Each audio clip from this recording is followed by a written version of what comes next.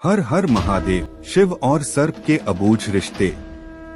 भगवान शंकर जिसके आराध्य हो या फिर अगर कोई साधक भगवान शंकर का ध्यान करता हो तो उनके बारे में कई भाव मन में प्रस्फुटित होते हैं। जैसे कि भगवान शंकर त्रिशूल लिए साधना पर बैठे हैं। उनका तीसरा नेत्र यानी भ्रिकुटी बंद है। उनकी जटाओं से गंगा प्रवाहित हो रही है।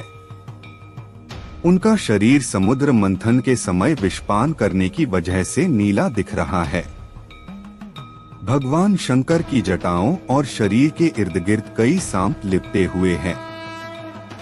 शिव के मस्तक पर एक ओर चंद्र है तो दूसरी ओर महाविषधर सर्प भी उनके गले का हार है।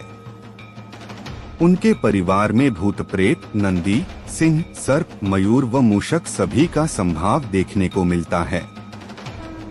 साधन क्रम में विचार सागर में कई विचारों का आगमन होता है। भगवान शंकर के बारे में कई कथा कहानियां पुराणों, धार्मिक ग्रंथों में वर्णित है। उनसे जुड़ी कई कथाएं साधकों को उनसे जोड़े रखती है और साधकों के लिए वह प्रेरणादायी भी है।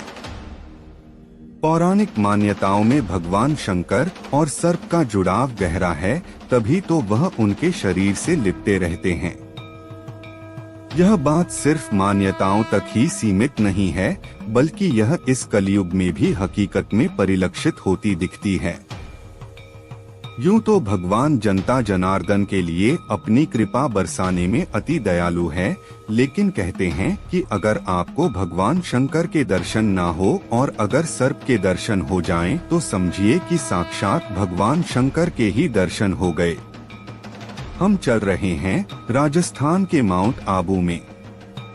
माउंट आबू राजस्थान का इकलौता हिल स्टेशन है जो अर्धकाशी भी कहलाता है।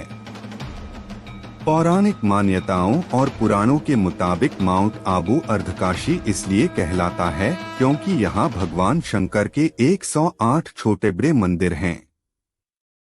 दुनिया की इकलौती जगह जहाँ भगवान शंकर नहीं, उनकी शिवलिंग भी नहीं, बल्कि उनके अंगूठे की पूजा होती है। माउंट आबू में ही अचलगढ़ दुनिया की इकलौती ऐसी जगह है जहां भगवान शिव के अंगूठे की पूजा होती है। भगवान शिव के सभी मंदिरों में तो उनके शिवलिंग की पूजा होती है, लेकिन यहाँ भगवान शिव के अंगूठे की पूजा होती है। यहीं पर एक मंदिर है पांडव गुफा के करीब, जहाँ के बारे में कहा जाता है पांडवों ने अज्ञातवास के दौरान कुछ समय यहाँ बिताया था। शिव मंदिर में बीते सोमवार को भगवान शंकर को जल और दूध से नहलाने पहुँचे श्रद्धालुओं को लगा जैसे भोले एक विशालकाय नाग के रूप में प्रकट हो गए। मंदिर भोले की जयकारों से गूंज रहा था। शिवलिंग पर जल, बिल्व पत्र, भांग, धतूरा, फूल आदि चढ़ाए जाने का क्रम जारी था। तभी एक विशालकाय सर्प न जाने कहां से आकर शिवलिंग से लिपट गया। इस नाग का आकार लगभग 6 फीट का था।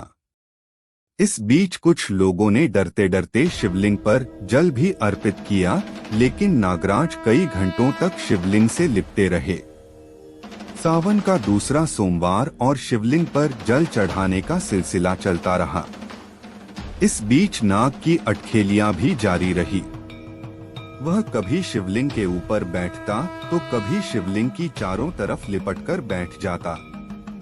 लोग हैरान थे, लेकिन जो लोग वहां थे उनके मुताबिक यह हैरानी उस सांप को नहीं थी।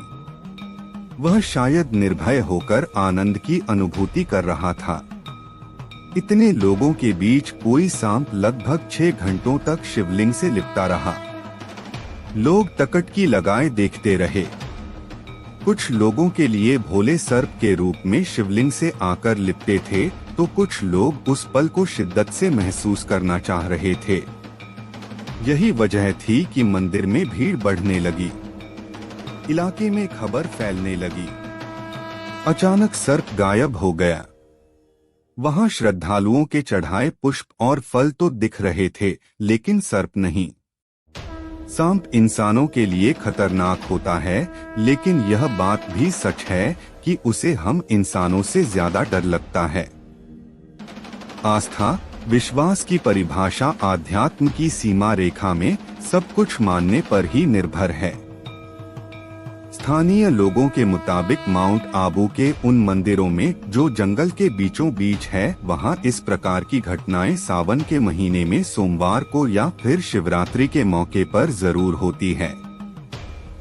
पिछले वर्ष इन्हीं जंगलों के एक शिव मंदिर में पंचमुखी 5 मुंह वाला सांप दिखा था। ये घटनाएं ये सिद्ध करती है कि शिव, शिवलिंग और सर्प का गहरा नाता है। यह रिश्ता इंसानी समझ से परे है। क्या माने क्या ना माने, यह हमारे विवेक पर निर्भर करता है। कुछ लोगों के लिए यह भोले का रूप हो सकता है तो कुछ के लिए कोरा अंधविश्वास। लेकिन यह बात सोचने पर जरूर विवश करती है कि हजारों की भीड़ में एक सांप 6 घंटे तक शिवलिंग से कैसे लिपटा रहा, वह भी भोले के जयकारों और मंदिर में बजती घंटियों के बीच।